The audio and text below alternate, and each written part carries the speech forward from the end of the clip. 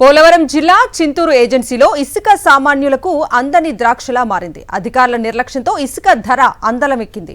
ఇసుక మాఫియా ఆగడాలు ఏజెన్సీలో అభివృద్ధికి అడ్డంకిగా మారాయి. చింతూరు ఏజెన్సీలోని ఏటపాకతో పాటు చింతూరు, కూనవరం, విఆర్పురం మండలాల అవసరాలకు గుండాల ఇసుక రీచ్ ఒకటే ఆధారం. ఈ స్టాక్ పాయింట్ నుంచి 4 మండలాల్లోని అభివృద్ధి పనులకు ఇసుక రవాణా సాగుతూ ఉండేది. అయితే గత 2 నెలలుగా ప్రభుత్వ అనుమతి కలిగిన ఇసుక రీచ్ మూసేయడంతో అటు అభివృద్ధి పనులు, ఇటు భవన నిర్మాణ కార్మికులకు ఇసుక అందుబాటులో లేక తీవ్ర ఇబ్బందులు ఎదుర్కొంటున్నారు.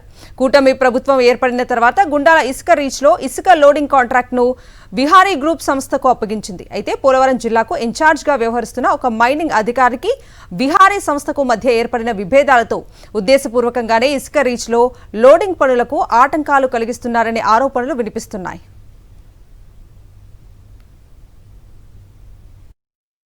ఈ చింతూరు డివిజన్ కి ఉన్న ఏకైక డంప్ పాయింట్ ఇదే.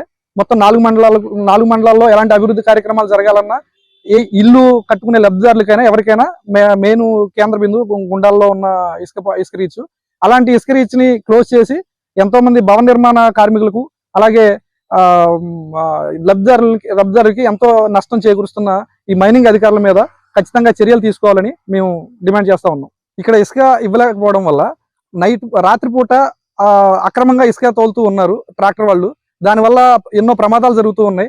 ఇంతకు ముందు ఈ ర్యాంపు నడిచేటప్పుడు మాకు జీవనోపాధి ఉంది. ఇప్పుడైతే మాకు ర్యాంపు మూయడం వల్ల జీవనోపాధి కూడా లేకుండా పోయింది. పనికి పోవాలంటే పోలేకపోతున్నాం. ఇంతకుముందు ఇది ఉంటే ఎవరు అడిగినా కానీ తొందరగా తీసుకెళ్ళి ఇచ్చేటోళ్ళం. ఈ నైట్ పూట పోవాలంటే మాకు కూడా చాలా ఇబ్బందిగా ఉంది.